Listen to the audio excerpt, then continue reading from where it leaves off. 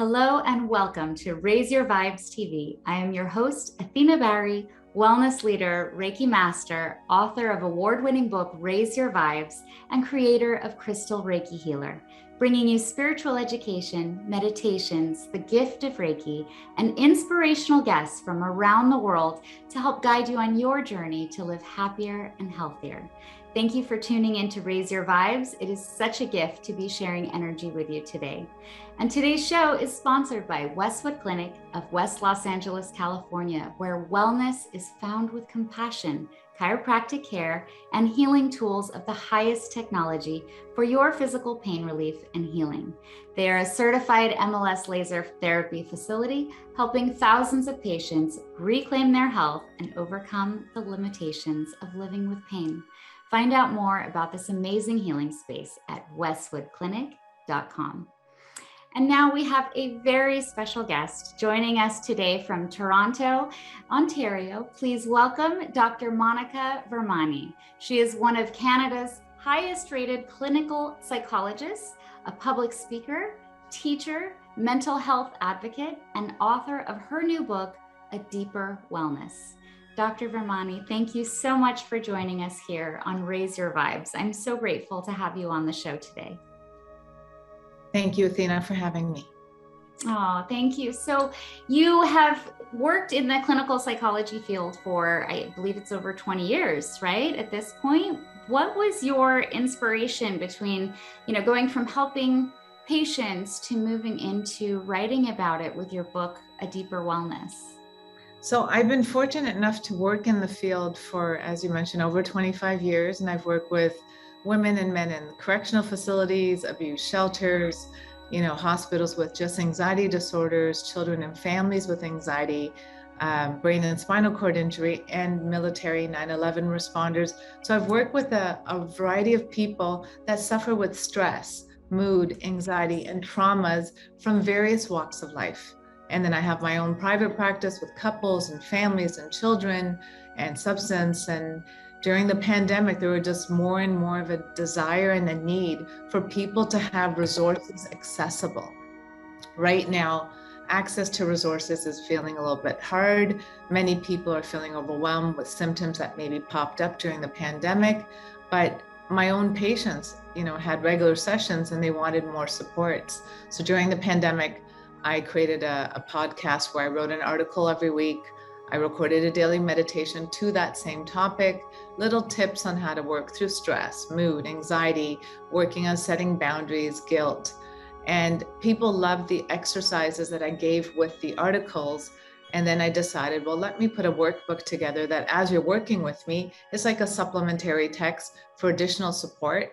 I also created an online platform for people who can't afford therapy, and they can just purchase this access where they have 18 mini life lessons that correspond with the book.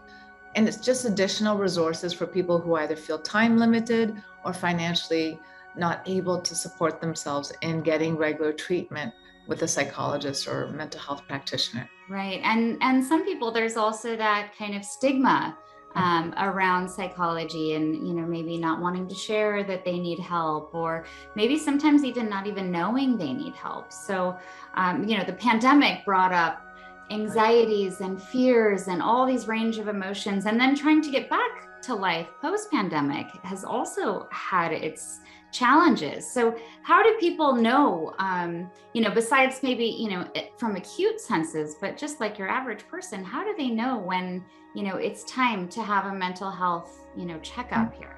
So, even I've been, again, fortunate to see all walks of life during the pandemic. And I saw people who were thriving because they were balanced and working on themselves. And during the pandemic, got a pause in their life where they could take a break. They could rest with their kids. They could cook a meal in between their workday. They didn't have the commute anymore. So some people found, the pandemic bringing out some healthy changes, cooking meals, not eating out as much, and resting a little bit more. And then others struggled with unemployment or financial losses, or feeling, overwhelmed by taking care of their kids as they were working from home. And many people found different symptoms coming up. There was a pause in everybody's life to reflect, for sure. Reflect Absolutely. On Am I healthy? What have I been ignoring? Trauma surfacing up so that we can address them. And I had many people in therapy that found reading my book or working on some of the articles that I wrote, understanding, well, let me ask my therapist for this. She brings up a good point. This might be helpful for me to work on, or this might be a better tool to work through my traumas. So, I think as a healthcare provider, my goal is always about helping people get to their highest and best version of themselves. And that comes from education. The first step to treatment is awareness. Many of us are not aware of our symptoms. So as you mentioned, how do we know? It's when your symptoms become so loud that they're inhibiting your daily functioning on a day-to-day basis. So the key is we all have symptoms: headaches, muscle aches, abdominal distress. We all sometimes sacrifice sleep, or we people please and put others ahead of ourselves. But when our habits and symptoms become problematic, where they're interfering with self-care, where they're interfering with your own connection to yourself to pause and reflect, it's a problem. It's holding you back from work. It's holding you back from being calmer. It's holding you back from sleeping well, eating properly, or making a priority of communicating with one another and expressing in a calm manner. Many of us get irritable and fussy when we're not taking care of ourselves. So your symptoms are an indicator of where you're at in life. And when your symptoms are loud enough, you go get treatment. Many people don't show up in my office when they're healthy. They show up when there's loud crises. Yeah. Right? Yeah, absolutely. And I love that you use this time during the pandemic, that pause, to create something that would help so many of us. And because for those that have maybe some stigma towards therapy, I mean, now they have a way to kind of, do the work more in private, but still be able to gain that, the blessing of that information and the ability to do their self-care. And I love how you mentioned self-care as part of that, where, that's a good sign that maybe it's time to check in to our mental health, because we so often, and I know as a mother myself of 3, we so often put everybody else first, and we forget, to take care of ourselves, or we think we don't have time for ourselves. And, refilling our cup is just so important, because then we have enough, to give back. But I love how your book has, it's like, it kind of was like a workbook. That's how I was looking at this. I was like, wow, this gives you actual ways to use what you're talking about in the book. It's not just, as we were saying earlier, start to finish, let me read this, and then, okay, now what? It's actually engaging you. It's like, no, you have to do the work, and this is how I'm going to show you how to do this. So I really appreciated how you created that for the book. Being healthy is work. Like, we do have to put some work and effort into being healthy, just like we put into work in being unhealthy. There are actions to it. And, the book is about learning. Like I said, the first step to treatment is awareness. And once you have awareness, you need to apply it to your life. So the workbook component is for you not only to read something, but incorporate it into, how does this apply to my life? How does this look like in my life? Then we can bring active change. And each of us are perfect in some ways and a work in progress. And so we all have to realize, therapy is coaching you to be a higher, better version of yourself, and pause and reflect, to take time out for you so that you can see your blind spots. You can see your symptoms, and you can pay attention on a preventative care front of what needs to be addressed, versus waiting for something to be a crisis and now putting out the fire. Right. Absolutely. I so agree with that. And in your book and throughout your work, your exercises, you mentioned something in there, which I thought was really cool. And because we've had so many people that are, especially right now in today's climate with, politics, with pandemic, with all these things, there's a lot of resentments, a lot of anger. And you talk about challenging your anger to make meaningful change. So how do you, when I read this, I thought, challenge your anger. How do you do that? How does that work? So anger applies to everybody. And, we don't always recognize that. Anger turned inwards is depression, often stated that way. And anger outwards, we know. We see it on the media. We see it out there. We see people exploding and yelling and screaming, and, sometimes behaving in a manner that is hurtful. And so, we know anger comes with scrutiny, judgment, criticism, and also behaviors that we're not always proud of. All of us get angry, even if we suppress it. There is an effect of anger. And the key is this, it's a strong emotion of annoyance, irritability. But the one thing is, it's a blanket word, as I call it. It's a word that anger is like a superficial blanket word that covers a lot of territory, but doesn't show you what's underneath. Just like happy, sad, nervous, anger.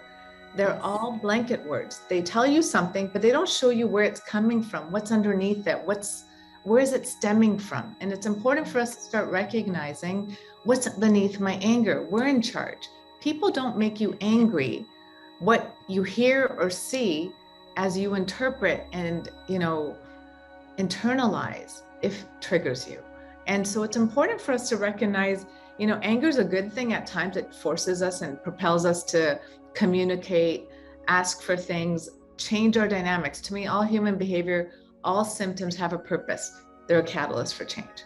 You're struggling, catalyst for change. You're struggling again, catalyst for change. What does a change encompass? Changing a workplace, setting boundaries, going for counseling, seeing a doctor. But every time you have symptoms, it shifts you to change, whether it's gaining a skill set, seeking help, or reflecting in your dynamics at home to change something for your betterment. And so what is anger? It's an expression of emotion, but we don't always like the way it's expressed because it's usually built up and then we spill over. So when you're in pain, you spill over onto others. And a lot of what the media has been showing out there are celebrities or people out there in pain spilling over onto others. But what's beneath the anger? It's not about the anger. What's underneath it? Anger can stem from love. Anger can stem from frustration, not feeling good enough, guilty, betrayed, victimized, lonely, bored, incompetent, incapable, not good enough, loss of control. These are all the core words that we have to look at. What is the anger about in me? What is it eliciting in me? And as we change throughout our lifetime, your anger shifts. Like with somebody you recently met at work, you might suppress your anger because you're going to buy them some credit and say, I don't think that person meant to insult me. They said something and maybe I'm taking it, too personally. But after 6 months of that person poking at you, or maybe saying subtle comments that are derogatory or belittling, you might now find yourself more irritable and angry to bring that up to your boss, or bring it up to that person and say, hey, I don't appreciate you speaking this way. It brings out feelings of me feeling like you see me as incompetent, not good enough, not capable.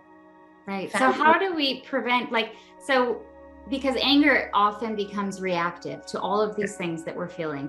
Mm-hmm. And, when it's like, okay, you need to express yourself, you need to, share with your boss that you are, disgruntled about something. But how do you advise people to bring up these issues that are causing the anger in a way that it's not reactive and end up, doing more harm than good, as it often does, and channeling that rather from a place where you're creating positive change and using that as a tool to express yourself, but without being reactive? How do people first and foremost, anger is always tied to other symptoms, obviously. Anxiety, nervousness, restlessness. Maybe your mind's racing and you're ruminating over the same thing that bugs you more and more. The tension's building in your body. You got a knot in your stomach, your abdominal distress, muscle tension, whatever's going on, your body's also showing you anger through symptoms. And as I mentioned, when symptoms are louder and louder, we need to address them. That's the purpose of them. When it comes to shifting anger, number one, we got to pause and reflect. If you notice, when you're rested, you're calm, you're managing life well, you're in a state that can handle certain irritation better than when you're in a state when you're rushing, you're, going about your day, feeling time pressed and not good enough and not capable and feel like you're letting people down or disappointing them. Your state of mind is important when it comes to regulating mood. And anger is a mood that we sometimes snap and react when we're not able to respond. What's the difference? Responding is pausing and reflecting. Responding is noticing what's underneath this, what just triggered me. And you have to be in a calmer state of mind to pause before you speak and react. Many of us are so tired, overwhelmed, rushing around that we're just reacting to people. We're not pausing, reflecting, and responding to them. We're also not listening. So when we tell them, let's pause and reflect, when we're in the moment, it can be so hard to actually do that, right? To pause. So are there any, tools, methods, a way that, you could tell someone who's watching this or who's reading your book that they could just be able to take that moment to pause so that they're not reactive, like catch it before it goes, right? First and foremost, whenever we're highly emotional, it's important for us to breathe. Your breath is the fastest way of grounding yourself, fastest way to pause your brain from reacting, to get you to a place of just being mindful of that moment of what's happening in here. It's important for us to recognize in our mind, in our body, in our soul to some degree, what is really being triggered here.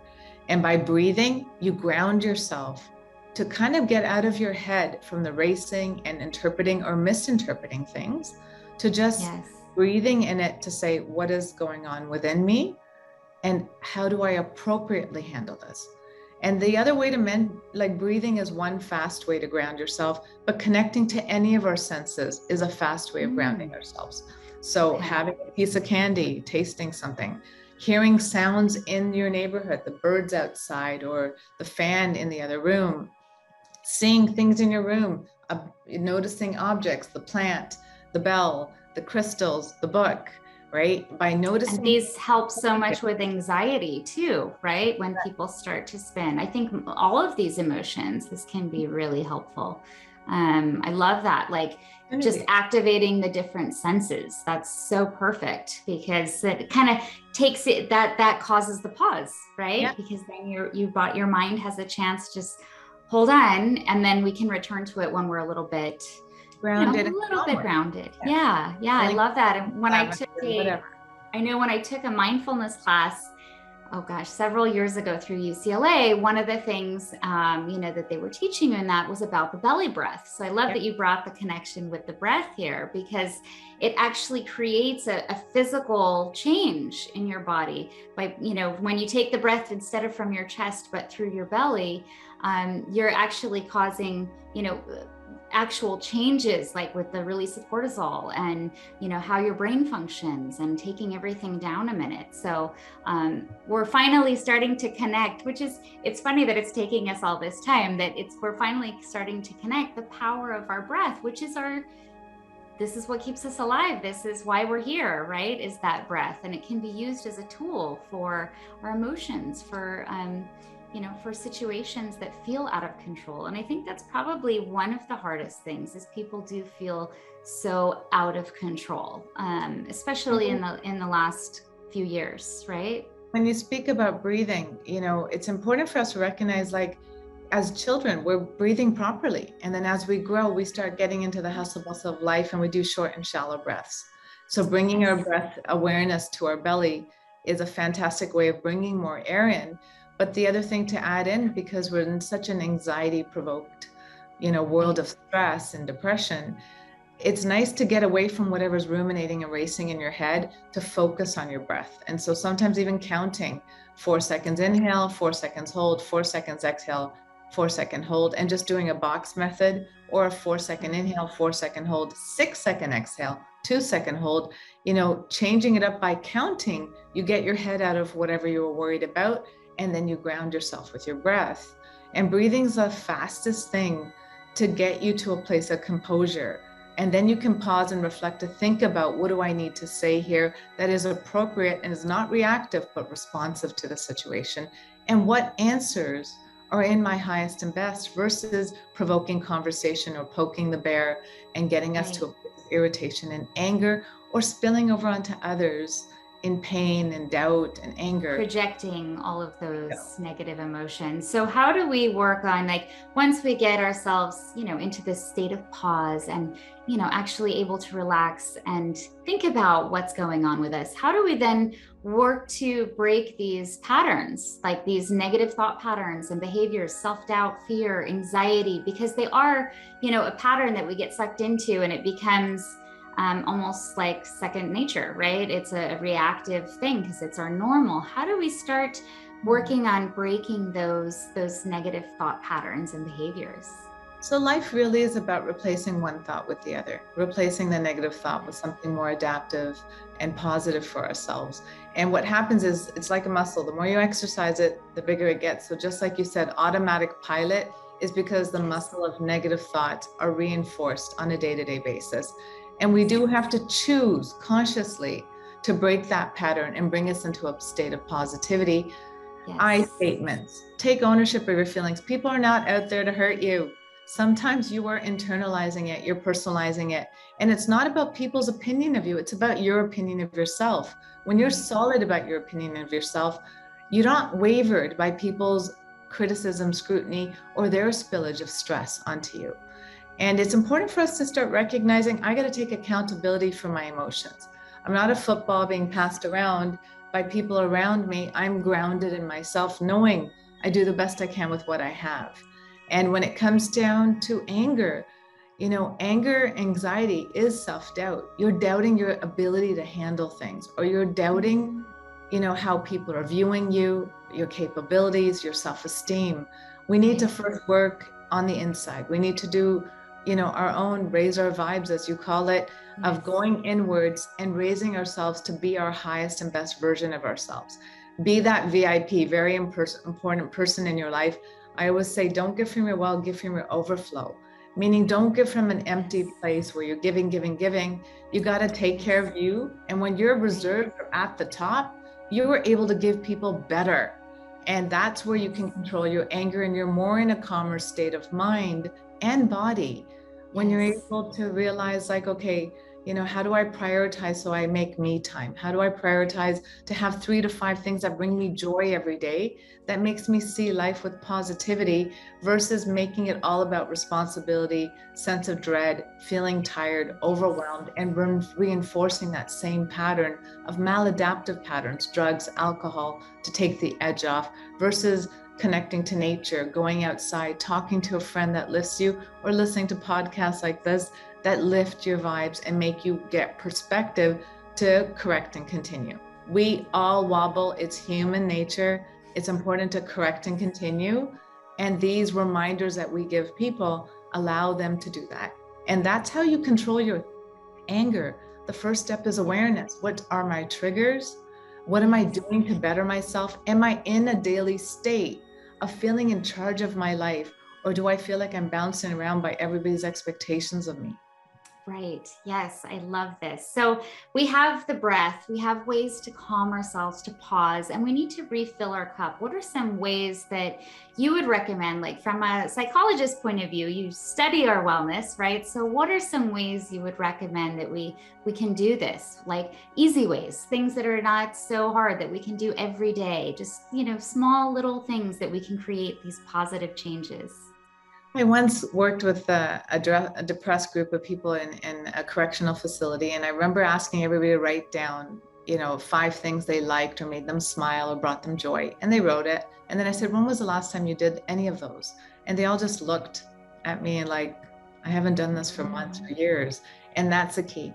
Many of us wonder why we're not happy or not fulfilled or feeling that void or lack or emptiness inside. Well, when was the last time you did something that brought you joy?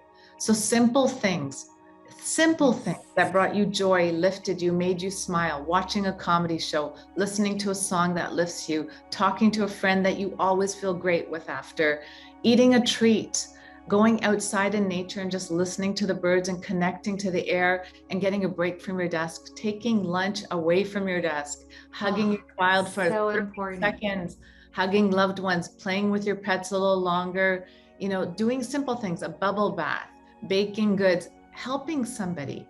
We feel so much intrinsic joy from being kind and being there for others, but not at your expense, but doing something where, you have a friend who's having a hard time right now with motivating herself to work out. Well, take her out for a walk. You get the exercise, you get a good conversation, and you help someone. And it's a win-win. Those things, little baby steps, using humor. We got to laugh at life. We take life so seriously. And the truth is, we got to laugh a bit, laugh at the things that go off course instead of feeling like doom and gloom. I'm not good enough. I'm not capable, and catastrophizing down a rabbit hole of just feeling stuck. You know, each Right. and every day you wake up with an opportunity of how do I plant the seed of 3 to 5 things that bring me joy? Make it happen. I Schedule. love that. And is that like your morning ritual? Is that something I that do. you do for yourself every day? I do. You know what? I Being in love this it. field and with more and more mood and anxiety on a rise, I've had so many people struggling with unfinished burdens and triggers that, yeah, you got to practice what you preach. I think one reason why I'm good at the work I do with the people I see and the book and online platform is because I do try really hard to practice what I preach. I'm also perfect and a work in progress, just like everybody else is. We're all We working on all have our thing, right? and we Yes. all have our lack of motivation in the morning where I have to peel myself off my bed to go for that workout. But you know what? Bring in solutions, a buddy system, bring in solutions, a therapist, a coach, a mindfulness, meditation practice, or watching something on TV that is lifting you versus depleting you, minimizing news, doing the simple things to reduce negativity in our life and bring more joy. Food, am I eating properly that lifts my soul and nourishment and gives me healthy, energy versus a processed energy from the Well, food. that's hard too, because so many people, I mean, that I know especially, they turn to food for that, like to refill their cup, like emotional eating, right? They'll use that. So in that case, have something sweet is maybe not great for them. So what would be a way to like switch that? But you can, you're depleted of energy, have a date, pick up some watermelon or cut fruit. Like there's other options. When you're feeling healthy, you don't mind eating healthy. When you're feeling upset, you eat and crave carbs or processed sugars. It's important for each of us to recognize our food and mood have a relationship. And so by working on your mood, you actually end up eating healthier too. And making sure that you're not numbing our feelings. Guys, you got to process what comes up. If you're taking alcohol and drugs on a regular basis, you're learning to be in a state of numbness, which then you have conflict with loved ones where they're feeling like you're not engaging or expressing. You also find yourself more snappy and irritable by things, or you find yourself non-responsive. None of that is healthy. You got to let yourself allow things to bubble up so you can deal with it. Sleep. Am I getting enough sleep? Do I need to go see my doctor for a sleep assessment? Get some medication in place? Get a CPAP machine because I'm not breathing properly? Our brain needs to sleep. Your wear and tear from all day long is repaired during your sleep. How do your muscles repair? How does your nervous system repair if you don't give yourself enough time to sleep? I'm always telling my teenage boys the same thing. You need to sleep. And they're like, no, it's summer. I want to stay up late. And it's like, oh my God, you're not going to grow if you don't sleep. You're not going to get those muscles in that body or whatever they're working on, if you don't sleep. So that's always a big one for our house as well. Because you also feel better, right? When you wake up after a good night's sleep. But then there's a lot of people, especially moms, that deal with insomnia.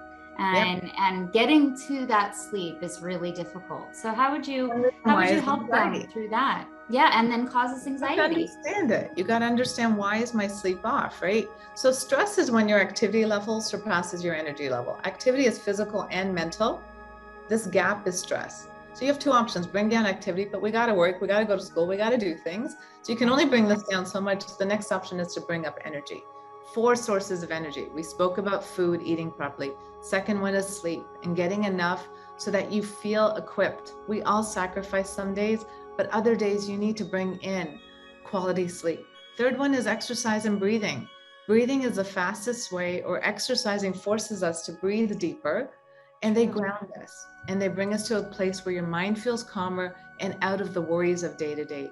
That's why people feel great after exercising. You got out of your head for a bit and connected to your body.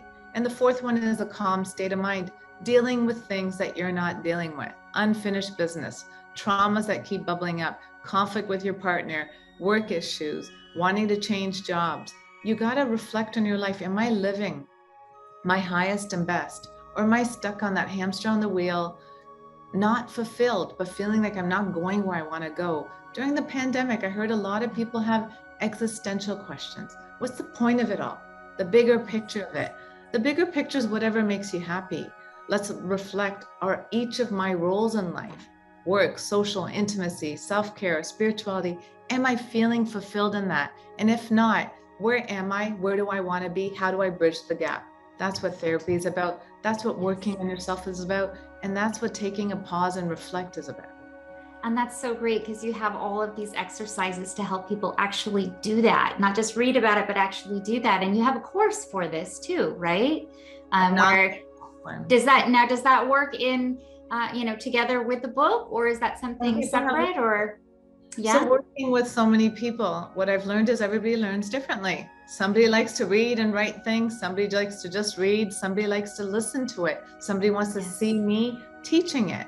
And so it's about you and what aligns with your teaching. I wish our school systems could do that. But when it comes down to it, we all learn differently. And so people who want to have that rapport, even though you're not in a session with me, you can go on the online platform and you see me teaching a concept, and then there's a handout and a worksheet with it. And you can work at your own pace. So you want to listen to it 3 times, you want to listen to it once, it's up to you. You want to take notes with it, it goes with your pace. And then there's people who want to just work in private, take a cup of tea, go outside in nature and read the chapter in the deeper wellness and write their answers and apply it to their life. Whatever works for you guys. And, even my podcast, I've done the same. I wrote an article, I gave actionable steps and bullet points. There's, Wednesday mini Instagram or Facebook and LinkedIn points on how you can apply certain concepts to your life for betterment. And then Fridays, I would record a mini meditation on the same topic of the week, whether that's about working through guilt, boundaries, managing stress, understanding anger, going deeper within your anger, and learning how to just pause and reflect for, deeper wellness. I love that. I love that. Now, where can people find this book? Where do they get it? It's, I imagine it's everywhere, but, if they wanted to get this and then also work with you, for example, like through one of your courses, are your courses one-on-one? Are they like pre-recorded? How do people The online platform is pre-recorded 18 life lessons. You sign on, you get your membership login and password, and you go ahead and do it at your pace. My website is www.drmonicavermani.com, and that's MonicaVermani.com. The book you can get on Amazon, but if you go to my website, everything's there. You get my individual private practice. If you're looking for me, you're getting resources to treat anything you're struggling with, tips on couples counseling, tips on, guilt, shame, my podcast with every article during the pandemic that you can read according to generalized anxiety or mood or, working with people that you want to intervene with, meditations there, all my media articles since the book came out, as well as a link straight to Amazon to the book. And there's corporate wellness offerings. So you can take a look at my website. It's a pretty thorough place to go in and find what works for you. Each of us are unique, so we kind of have to fit, what works. I love that.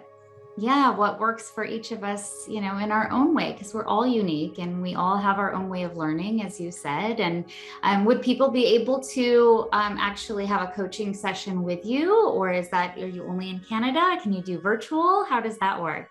I am virtual, but right now there is a bit of a wait list. And yes, feel free if you need something, you can contact. But you know what?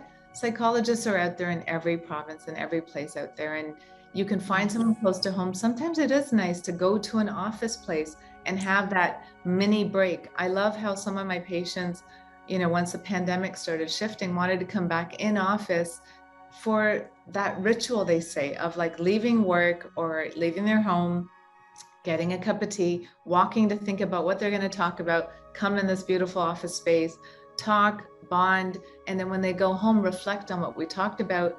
Online is great and it's accessible for everybody, but sometimes it's nice to have a private space. Some people during the pandemic didn't have privacy. And it's like that 1 hour of self-care, right? I mean, there shouldn't be this stigma around counseling. It's like a safe space to go in and just kind of like unleash, and then have somebody that gives you some tools to help you deal with those and actionable steps, like you mentioned, because that's so important.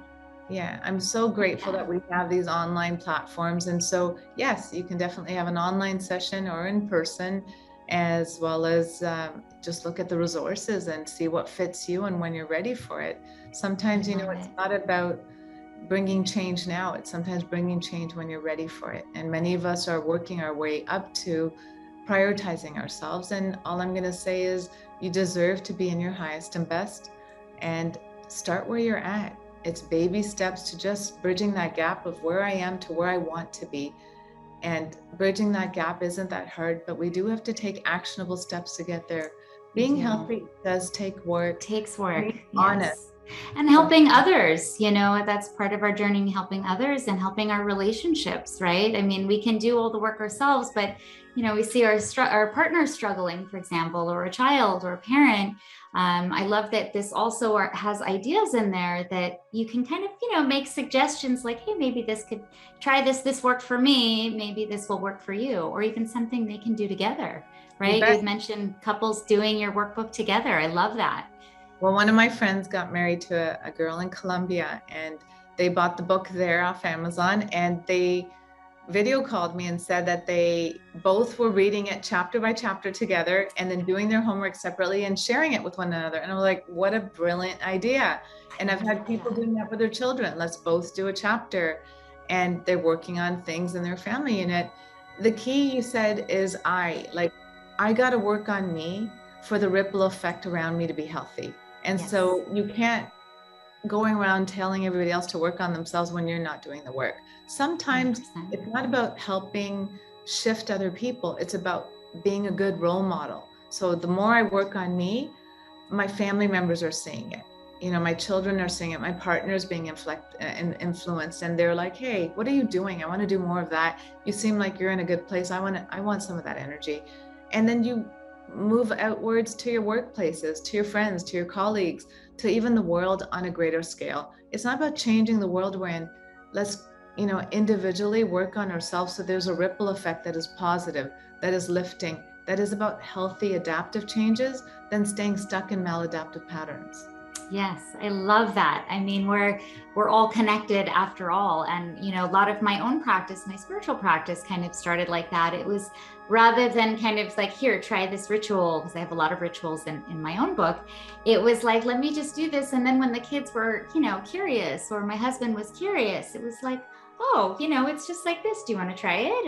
Or you can just watch. And then, you know, they see that I'm happier, that I'm living a little better, that, you know, I'm living without pain now, which is like incredible. So they're like, okay, let's try that too. And there really is a lot of joy in sharing that experience with others, because you're raising your own vibration, but then that ripples out to, you know, all the people around you. Like you said, it starts with, you know, those that are in your home, and then, you know, those that you work with. And then next thing you know, we're creating this, you know, amazing change and shift in energy among, you know, all the people that we come into contact to. They always say that saying out there, be the change you want to see in the world. As you embody healthy changes, you do influence others around you. I love how you spoke about rituals.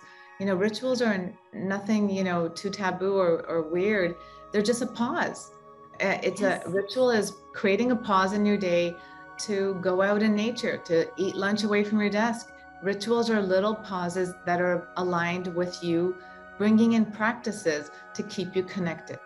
And whether it's connections, a meditation, a breathing practice, walk in nature, talking to a girlfriend, or, you know, listening to a song that lifts you up, bringing in rituals of healthy eating, healthy practices, healthy connection, reading something that lifts you, just as a pause in your day to take you out of that hustle bustle, out of that responsibility, out of that I'm not good enough, I'm not smart enough, I'm not capable, to feeling all is well. Here and now, all is well. And I can embrace whatever's showing up.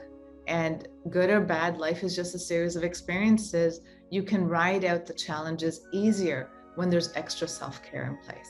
Yes, absolutely. I so agree with that. Resonates so much. Thank you. It has been such a gift to share energy with you here today and learn something new. I mean, that's one of the most beautiful things about having a show, is you get to have these wonderful people like yourself come on and learn something new. And and then of course go and apply it to my own life. So I thank you for that. Thank you for being part of Raise Your Vibes, and really for the life-changing work you're doing for, not just for me, but for, everyone, and elevating the vibration for those near, far, Canada, across the world, here in Los Angeles. So thank you so much. I really appreciate being here. Having me.